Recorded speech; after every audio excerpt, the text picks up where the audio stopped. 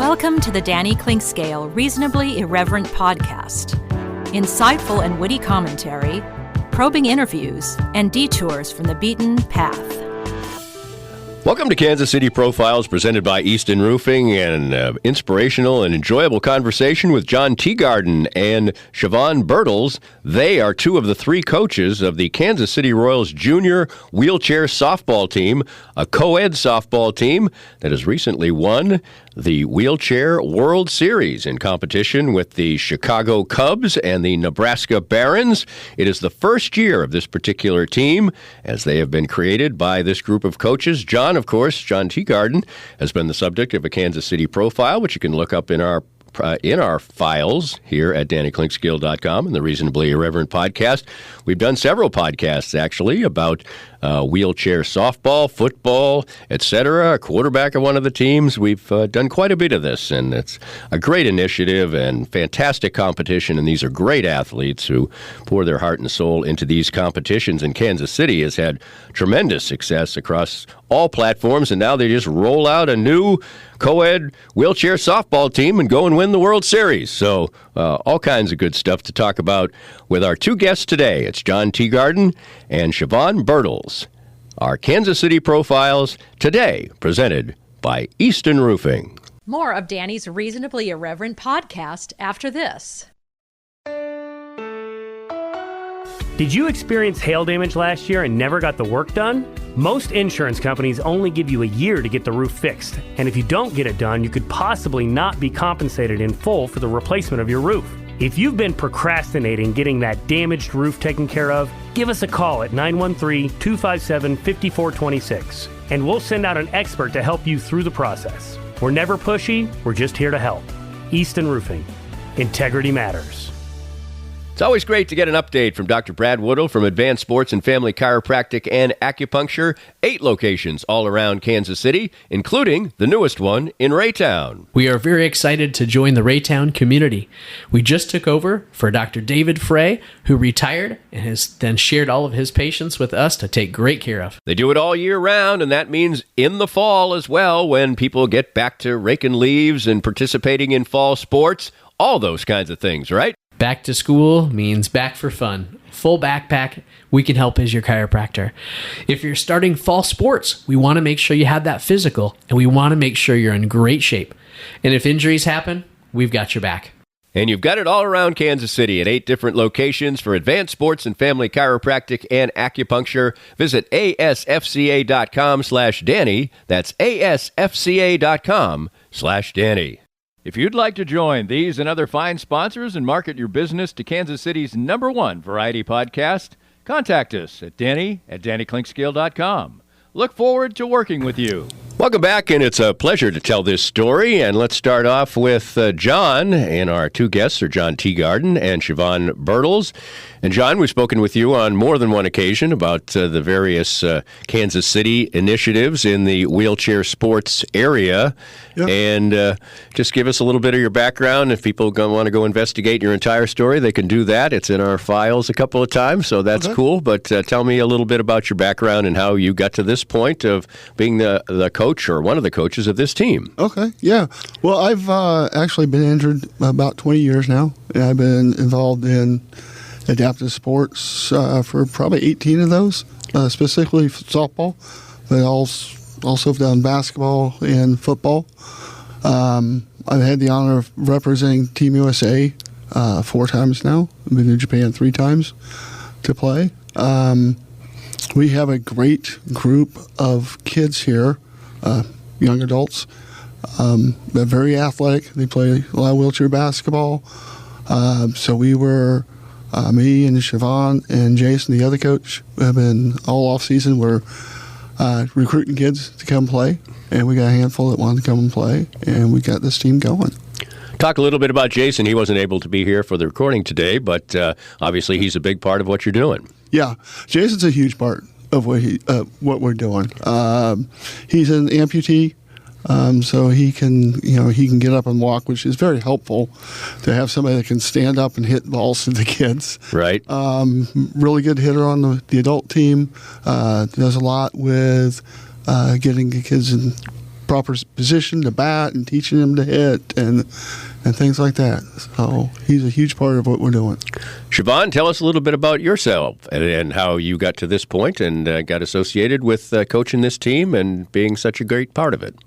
So my injury was about 22 years ago, and I actually loved playing softball at that time whenever I was able-bodied. And then I ended up finding out that softball was amongst the wheelchair world. So I got in contact, and I ended up becoming really good friends with John, and I played. And then this year we started the coaching, and he asked if I would help. So that's just kind of where I am with that.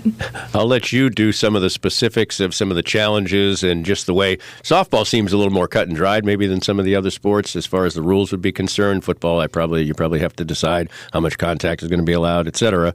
But how about softball and just how the structure of it goes as far as batting, running the bases, etc.? The structure is still pretty similar as what you would play as you would be able-bodied. I mean, you still have you still get up there in the box. You still, with the wheelchair, you kind of roll around, so you got to block yourself in. You still run the bases like normal. You still tag. I think, contact comes in when you're trying to tag a player or get in a hot box at some point. But right. That's really about it. I mean, everything else seems very similar to what I played when I was younger, too. So. Can you tag the chair, or do you have to tag the person, or how does that work? On a tag play? You tag the person, so you can't tag the chair. I mean, right. It doesn't work that way. Okay, so you don't have to tag the chair. You don't only have to tag the chair. How about getting set up in the box, John? I'll ask you to hit, and how you set up, so that you can reach strikes and do all kinds of things like that. And is the strike zone basically similar? Describe a little bit of that. Yeah, the strike zone is the same. We have, we're on wheels. Right. So, and we play on asphalt. Right. So the chairs will move. We have blocks that we set up for the kids to stop the chairs from moving as much. So they get a better base. Mm-hmm. Because when you're standing up, you have your legs to support you. And right. Have that base. But on wheels, you start to turn, your chair starts to turn. Right. So we would like to keep that as steady as possible. So we'll keep them, put them in those blocks, and they'll swing away. There are some kids, we have kids from age 5 to 16. We have 2 kids that hit from a tee, which is allowed in this sport. Okay. But we'll just set up the tee, hit off the tee, and go. And when you have, Siobhan, the ball put in play, if you have these little blocks, do they come out and take, or the blocks, do they kick the blocks away, or? No, I mean, you just got to push. You just got to push your way off the blocks and get rolling. Yep. So they're little blocks just to keep a lot of movement around. So And then from that point, you're going around first base, second base, and so on. We can get a mental picture of that easily here, even on a recording. So in gathering, what was the recruiting process for these players? And first of all, John, the initial idea, had people reached out to you that said we should have a junior team, or was this your idea and you said, well, I'll go find players? How did that work? We've been wanting to have a team for a while. We just didn't have the interest. But we started getting some kids interested, so we started recruiting our basketball kids. Okay. To come and play. So we got a lot of junior varsity kids playing, a lot of what do we call prep. We have 3 teams. We have varsity, junior varsity, and prep. Okay. And this is mostly junior varsity and prep kids that came out, and they were absolutely fantastic. They just picked up so quickly, and they're so athletic. It was just, it was amazing how quickly they picked this up. Well, they had to pick it up quickly because this would be your first real major competition. So tell us about the training process and just the satisfaction of seeing, probably from day one, maybe it was like, I don't know, and then I'm sure that obviously you said they're great athletes and that they assimilated quickly, but how satisfying was the process and how challenging was the process? There was just some parts that the process was really amazing to watch from day one into where we got to start playing. Even from the day that we played, I saw so much progress and so much meshing, like the meld from the team. They did really well. I mean, there's always challenges when you have, kids that vary so much of age range. Right. But I don't have any, I don't know. We went out there, we did drills like you normally would. Right. And they just picked it up like what he was saying. They're athletic. You don't take that away from kids. They just go out and do, and you don't see anything but progress from that. That's cool. And when what were the rules for the junior championship as far as this was maybe an all age up to 18 or something, 18 and under, and whoever you had? Yeah, as long as they is 18 and under, as long as they're at least in high school or just graduated high school. Okay. The kids that just graduated and going off to college, they could still play. Mm-hmm. And we had, I think we might have been the youngest team. I mean, our oldest kid was 16. Right. And our youngest was 5. Oh, wow. And Nebraska had a number of kids who were older, bigger, stronger than the kids we had. We just, these kids were just resilient. They were fast. They were smart. They played great defense. And there were some defensive plays that the three of us coaches look at each other like, where did they learn that? So I can imagine that sometimes, I'm sure in people's mind, people are saying, well, if somebody gets really a hold of one, it's probably a lot of home runs. The ball's rolling out to the fence, and it's hard to go get and throw it in there. Or is that the case or not? I mean, it can always be the case to come to it, but when we watch those kids, like, we actually had one kid get a ball hit and it actually, like, hit his face.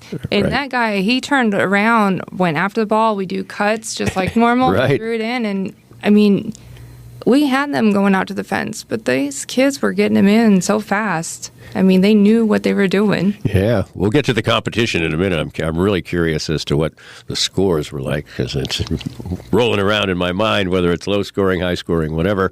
But all I know is that it's an incredible enterprise. And when you're doing it across all sports, John, I mean, this is something you do with basketball and football and so on and so forth. Right. I mean, the gratification level has got to be immense. Yeah, it really was. Just having the kids out there playing was so gratifying. And just like Siobhan said, every game they kept getting better and better. You're asking about the scores. We played Nebraska our first game. We lost 7-0. Right. And then we turned around and we played the Cubs, and I believe it was 3-1. Then we turned around and played the Cubs again, and we beat them 10-3. And then championship game, we beat the Barons 4-2. Well, there goes John with the spoiler right there. I was going to transition right into the second part, but that's okay. No problem there. So it is sort of a regular kind of softball score. 3-1, 7-0, 5-10-7, right? So that's cool. Would you consider tell me what going into the competition you felt like your team's strengths were going to be, and maybe what you figured, this might be a little bit of a challenge. The strength to them is just them wanting to go and play and show up and be there, really. And that makes a whole difference. And they had a lot of fun doing it too. So, I mean, did you think you had a great pitcher, or did you think you had a really good defensive team, or did you think maybe at the plate you're a little bit challenged, or did you feel like you sort of had a good balance of talent? I think we had a great balance. There you go. Well, you won, so I guess you probably did. Yeah. So what is your coaching strength, or the area you coach the most, and maybe the area you coach the most, for instance, and maybe the area that Jason coaches the most? So with me, I think my best coaching strength is kind of figuring out drills, figuring out, okay, we're a little weak here. Let's put together a drill that will help us with this. Right. And just, like I said, the three of us worked really well together and bounced ideas off each other And it was, I keep telling them it's a 33